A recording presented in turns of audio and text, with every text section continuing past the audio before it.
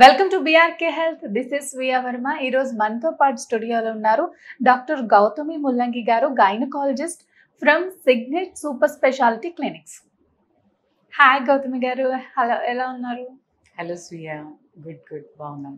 గౌతమి గారు, పీరియడ్స్ టైంలో చాలా నొప్పి వస్తూ ఉంటుంది.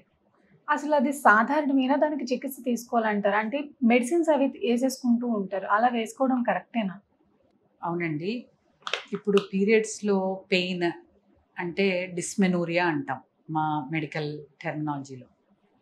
సో ఆ నొప్పికి రెండు కారణాలు. అంటే మన గర్భసంచి అనేది ఒక రకమైన కండరమే, అది కూడా స్మూత్ మజిల్ అంటాం. సో ఆ మజిల్ స్పాజం, అంటే ఏ మజిల్ అయినా సరే స్పాజం అంటే కంట్రాక్ట్ అవటం, దాన్ని ఏ మజిల్ అయినా పెయిన్ కాజ్ చేసినట్టే ఇది కూడా కంట్రాక్ట్ అయినప్పుడు మనకి పెయిన్ వస్తుంది.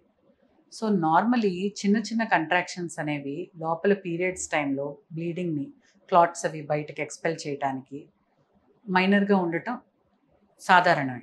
చిన్న కొంచెం భరించే విధంగా ఉంటాం. అది రాను రాను విత్ ఏజ్ అనేది చాలామందికి తగ్గిపోతుంది. బట్ మనం ఎప్పుడు దాన్ని అడ్రస్ చేయాలి, ఎప్పుడు డాక్టర్ దగ్గరికి వెళ్ళాలి?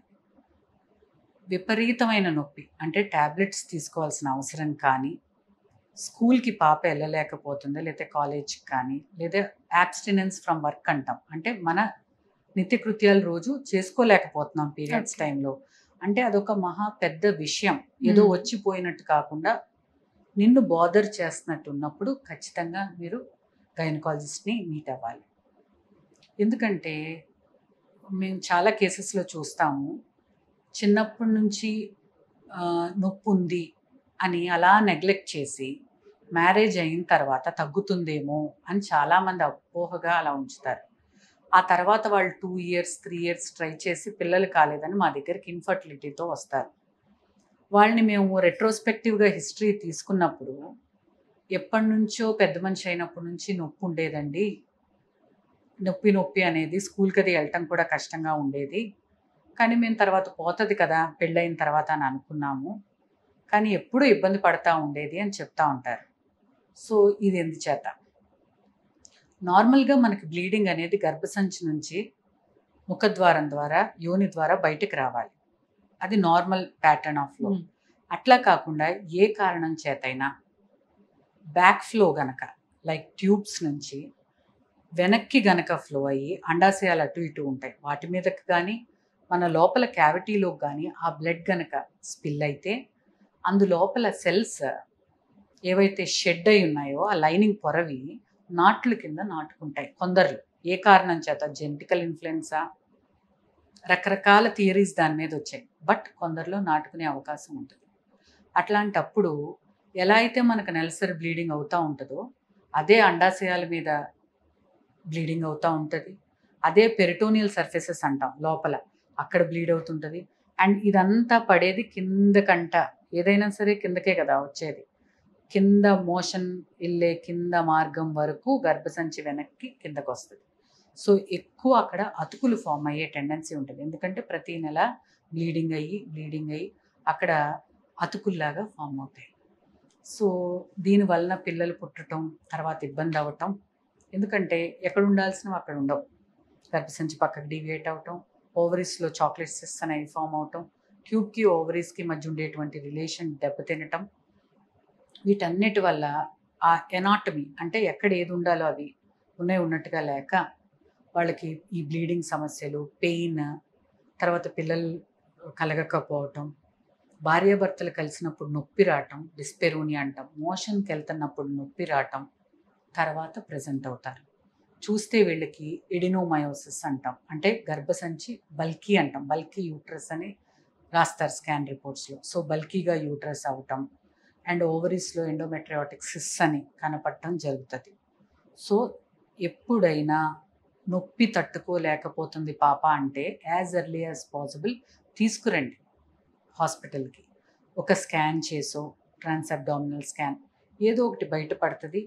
అండ్ ట్రీట్మెంట్ ఎంత ఎర్లీగా ఇనిషియేట్ చేస్తే మనం ఆ అతుకుల్ని అంతలా తగ్గించవచ్చు. వేరే వేరే కౌన్సిలింగ్స్, అంటే అటువంటి వాళ్ళు త్వరగా మ్యారేజ్కి వెళ్ళటం కానీ, డిలే చేసుకోకుండా పిల్లల్ని త్వరగా కంటం కానీ, ఆ విధంగా మన కౌన్సిలింగ్ ద్వారా వాళ్ళని హెల్ప్ చేయొచ్చు. ఇంకా ఇది స్పాస్మోడిక్లోకి వస్తే, అండ్ ఇంకోటి కంజెస్టివ్ డిస్మెనోరియా అంటాం. కంజెస్టివ్ అంటే ఇని ఇన్ఫెక్షన్ కారణం, పెల్విస్లో ఏ ఇన్ఫెక్షన్ అయినా అవ్వచ్చు.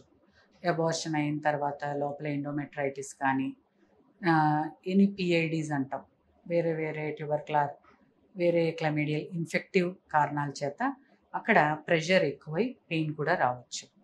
అండ్ పాలిప్స్ కొన్ని కామన్గా కనపడుతుంటాయి కింద సర్విక్స్లో. అది ఆ పాలిప్ అడ్డున్నంతసేపు ఇది బయటికి పుష్ చేయడానికి ట్రై చేస్తే అప్పుడు వాళ్ళకి విపరీతమైన నొప్పి రావచ్చు. ఏ గడ్డలున్నా గర్భసంచిలో ఫైబ్రాయిడ్స్ లాంటివి సివియర్ పెయిన్ తోటి ప్రజెంట్ అవుతారు. సో స్కానింగ్ అనేది వెరీ ఇంపార్టెంట్. గౌతమి గారు, పీరియడ్స్ టైంలో రక్తస్రావం అవుతూ ఉంటుంది, ఇది నార్మల్ ఏనంటారు? నార్మల్గా మనకి రెగ్యులర్ పీరియడ్స్ అయితే 28 to 30 days majority of the విమెన్కి వస్తాయి. ఇట్లాంటి వాళ్ళకి ఓవ్యులేషన్ అంటే మనకి ఎగ్ రిలీజ్ అవ్వటం అనేది మిడిల్ పార్ట్ ఆఫ్ ద సైకిల్లో జరుగుతుంది. అంటే సుమారు లైక్ 10th డే నుంచి 16th డే వరకు ఆ ఎగ్ రిలీజ్ అయినప్పుడు మనకి కొంచెం మ్యూకస్ అనేది బ్లడ్ టింజ్డ్గా కనపడవచ్చు. దాన్ని మెడికల్ టెర్మినాలజీలో మిటల్ బ్లడ్ అని కూడా అంటాం. జస్ట్ అలా ఒకసారి స్పాటింగ్ కనపడిన దానికి మనం ఏం భయపడనక్కర్లేదు. కానీ తరచుగా కనపడుతూ భార్యాభర్తలు కలిసిన తర్వాత కనిపించినా, నార్మల్గా అవుతున్నా కానీ దాన్ని ఇంటర్మెన్స్ట్రల్ స్పాటింగ్ ఆర్ బ్లీడింగ్ అంటాం. దానికి రకరకాల కారణాలు అవ్వచ్చు. For example any hormonal imbalance వలన ఇంటర్మెన్స్ట్రల్ స్పాటింగ్ కనపడుతుంది. అండ్ ఎనీ ఇన్ఫెక్షన్ వల్ల అవ్వచ్చు. అండ్ అన్నిటికన్నా ఇంపార్టెంట్, క్యాన్సర్ ఏదన్నా ఉందా అని మనం రూల్ అవుట్ చేసుకోవాలి. ఎందుకంటే ముఖద్వారం క్యాన్సర్ అనేది మనకి 2 పీక్స్ ఉంటాయి, 2 ఏజ్ గ్రూప్స్. మోస్ట్లీ 30sలో ఒకటి ఉంటుంది, యంగ్ ఏజ్ 20-30sలో. ఇంకొకటి 60s, అరౌండ్ 60sలో ఉంటుంది. సో ఆ యంగ్ ఏజ్ విమెన్ మోస్ట్లీ ఇలా ఇంటర్మెన్స్ట్రల్ స్పాటింగ్తో ప్రజెంట్ అవుతారు. సో అలాంటప్పుడు గైనకాలజిస్ట్ దగ్గరికి వెళ్ళి స్పెక్యులమ్ అని లోపల ఒకసారి ఒక ఎగ్జామినేషన్ ప్యాప్స్మియర్ లాంటిది చేయించుకుంటే చాలా ఉపయోగకరం. అది కాకుండా ఏమన్నా వెజైనల్ ఇన్ఫెక్షన్స్ ఉన్నా, లోపల ఎండోమెట్రైటిస్ లాంటివి ఉన్నా కూడా ఇంటర్మెన్స్ట్రల్ స్పాటింగ్గా ప్రెజెంట్ అవ్వచ్చు. And most common hormonal imbalances అవి. సో అది ఎగ్జామిన్ చేసి ఏంటి లోపం అని దాన్ని కరెక్ట్ చేస్తే ఈజీగా మనం దాని నుంచి బయటికి రావచ్చు. భార్యాభర్తలు కలిసినప్పుడు కూడా పెయిన్ వస్తూ ఉంటుంది అంటూ ఉంటారు, ఎందుకు? అదే నేను ఇందాక మీకు ఎండోమెట్రియోసిస్ అని చెప్పాను చూడండి, అందులో డిస్పెరూనియా అంటాం. సివియర్ డిస్పెరూనియా అంటే వీళ్ళకి పెనిట్రేషన్ అయిన తర్వాత వెజైనల్గా కొందరు, అంటే మళ్ళీ భార్యాభర్తలు కలిసినప్పుడు నొప్పి అనేది ఒక డిఫరెంట్ టాపిక్ యాజ్ సచ్. అది దానికి వెజైనిస్మస్ అని అంటాం. అంటే ఆ అమ్మాయికి ఏదో భయం చేతను ఆ విషయాలు పక్కన పెడితే ఆ స్పెక్ట్రమ్ లోపలికి డీప్ పెయిన్ అనేది డిస్పెరూనియా అంటాం. అది ఈ కింద అతుకులు ఫామ్ అవటం వలన మనకి డీప్గా వెళ్ళినప్పుడు అన్బేరబుల్ పెయిన్ లాగా వస్తుంది, రిఫ్లెక్స్ లాగా. సో ఈ ఎండోమెట్రియోసిస్ మోస్ట్ కామన్ కాజ్ దానికి భార్యాభర్తలు కలిసినప్పుడు. ఈ బ్లీడింగ్ మాత్రం క్యాన్సర్ సర్విక్స్ని మాత్రం రూల్ అవుట్ చేసుకోవాలి. థ్యాంక్ యూ గౌతమి గారు.